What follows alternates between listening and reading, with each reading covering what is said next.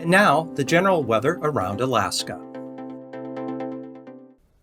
Welcome to this edition of Alaska Weather. I'm meteorologist Peter Chan, coming to you from the National Weather Service in Alaska region on this Monday, October 14th, 2024. And if you'd like additional weather information on top of what I provide in this YouTube video, you can go to weather.gov. It'll bring you to a website with a map of the continental U.S. with Hawaii, Alaska to the lower left and tabs for the territories. And if you point and click anywhere on this map, it gives a very specific forecast for any place in the nation, including any relevant watches, warnings, or advisories. A quick check of the continental U.S. on this Monday afternoon. Of note, we've had a cool down across the Midwest, and these areas of purple indicate freeze warnings, where temperatures are expected to get down below freezing tonight. So again, a cold snap, but the interesting thing is these very same areas are going to see a really big warm up later this week into the upcoming weekend. In fact, temperatures in these areas after getting down near or below freezing are going to be back up with daytime highs in the 70s, even around 80 degrees as we get into the upcoming weekend. Here in Alaska, we're just getting rid of one storm that's been sitting in the Gulf. It's still there, but weakening. But it is bringing some clearer skies to areas of the state finally. So we have a chance of seeing a comet in the western evening sky, not just this week, but into next week. And tonight's a good night if you have clear skies. Take a look. I'll highlight that in a moment. The recent storm, though, with the strong northerly winds along the west coast, really drew down the water levels along the west coast for a time this weekend. There were a number of observers along the west coast up there at Point Lay.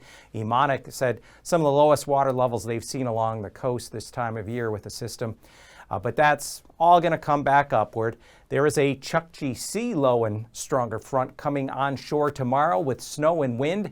That'll push inland there between Point Hope and Utqiagvik and then spread east-southeastward across the Brooks Range, North Slope, and Arctic coast with accumulating snows and gusty winds. And overall, we're going to see that colder air head southeastward into the interior with some areas of lighter snow and snow showers, but the overall trend here heading toward the end of October should be no surprise. We're just going to see temperatures gradually turn colder, and with each weather system, especially the stronger ones, there will be an increasing chance of snow or some sort of wintry mix associated with that as we move out of our fall season to early winter type weather to deal with. But in the meantime, Point Lay, mostly sunny. You can see out over the water there as you look out toward the Chukchi Sea. There's that lower cloud cover.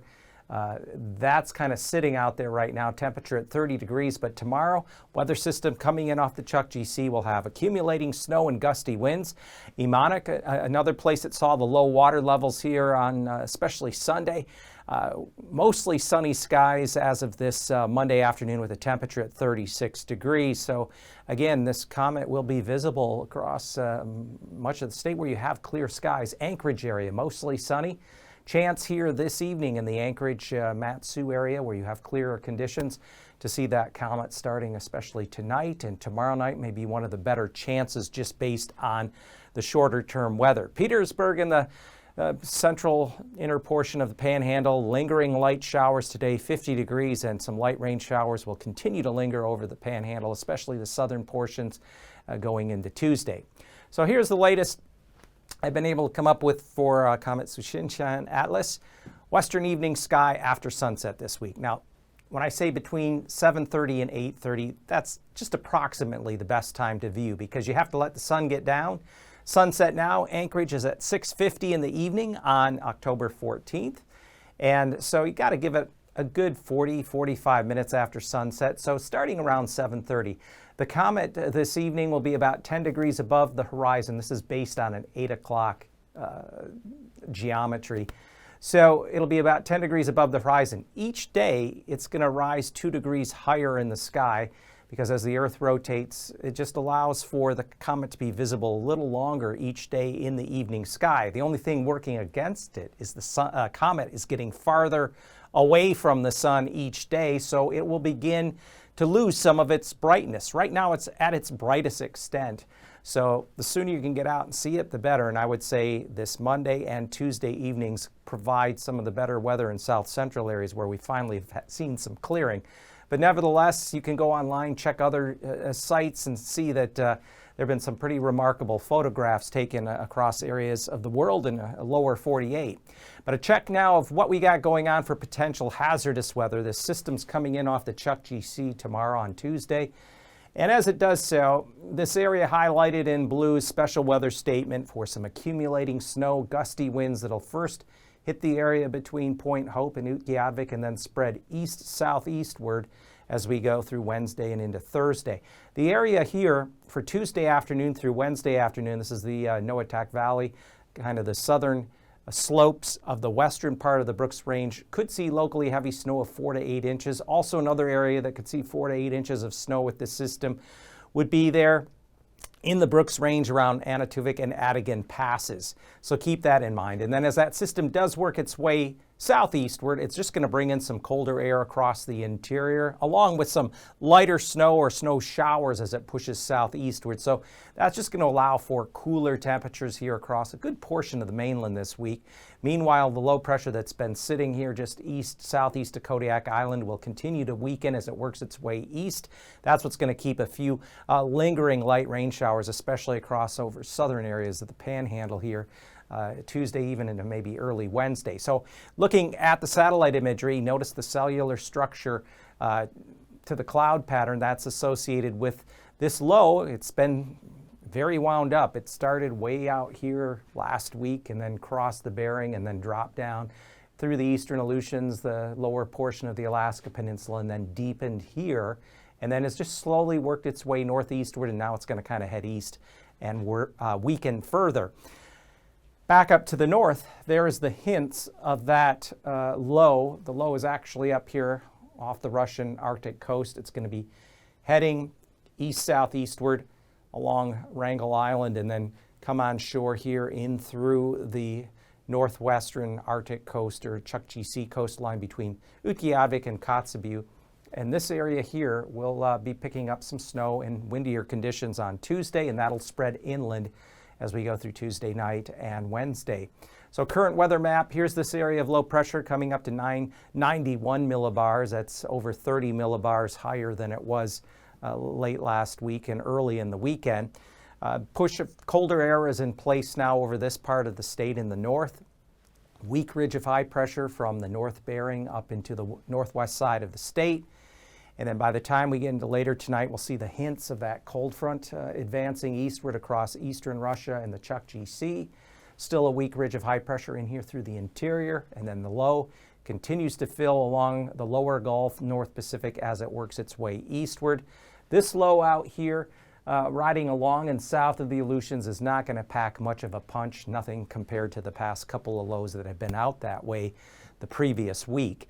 And by Tuesday afternoon, we kind of have just the remnants of the low that was along the lower Gulf and North Pacific working eastward, ridging out ahead of this little more potent low and cold front that's going to be pushing inland to the northwest mainland Tuesday afternoon. So this is what's going to bring accumulating snow, windier conditions, some blowing snow along the coastline. Also elevated water levels could be a foot or two higher than normal high tide between Point Hope and Utqiagvik as we go through later Tuesday and Wednesday morning.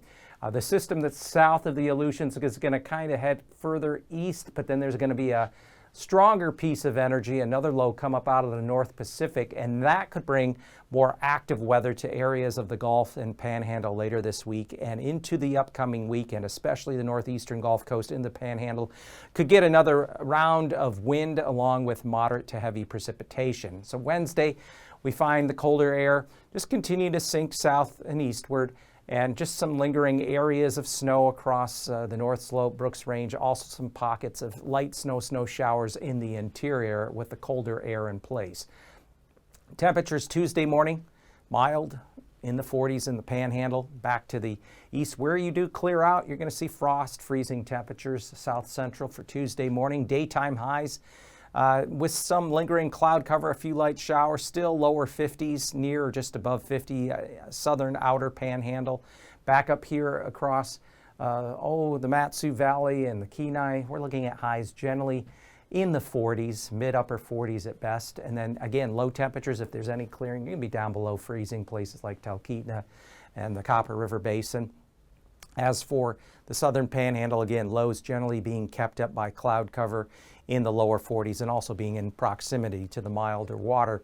And temperatures Wednesday afternoon, upper 40s, say Wrangell on up toward Skagway, lower 50s along the outer southern and western coast to Sitka, even 51 there at Yakutat, but then generally highs only in the lower to mid 40s at best for south central. Now in the north, if you have any clearing here in the Brooks Range, you can see temperatures that are a bit below zero. Forecast low 2 above it and a Tuvik Pass, but could easily be zero. And areas along the coast below freezing in the 20s, some teens up along the Yukon River Valley. And further west, temperatures getting a bit below freezing, even in through areas of the Seward coastline. And then for Tuesday afternoon, we expect temperatures to stay upper teens to near 20 along the spine of the Brooks Range. Still could have some temperatures a little above freezing because ahead of this cold front, you're going to have south-southwest winds. So that's going to allow temperatures to get at least a little above freezing before the colder air comes in behind that across areas of the North Slope and Arctic coast. And lows Wednesday morning again will be cold. Arctic Village down into the single digits. Some of the normally cold spots will be near or just a tad below zero. Back to the west, we find temperatures just below freezing along the lower Chukchi Sea coastline. And then for Wednesday afternoon, temperatures only near the freezing mark, but again, we're going to have areas of snow, some of it accumulating, that just presses southeastward into the interior. For areas of the southwest interior, pretty cold, going to get down below freezing in the 20s, one of the colder nights in a while, 20-ish there up at McGrath. Readings down along the Alaska Peninsula and eastern Aleutians, upper 30s.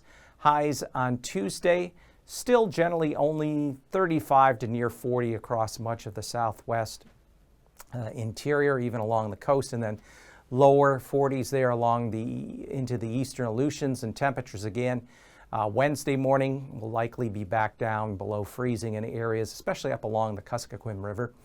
And on the west side of the Alaska Range, some colder temperatures there. You could even see a few readings down into the teens.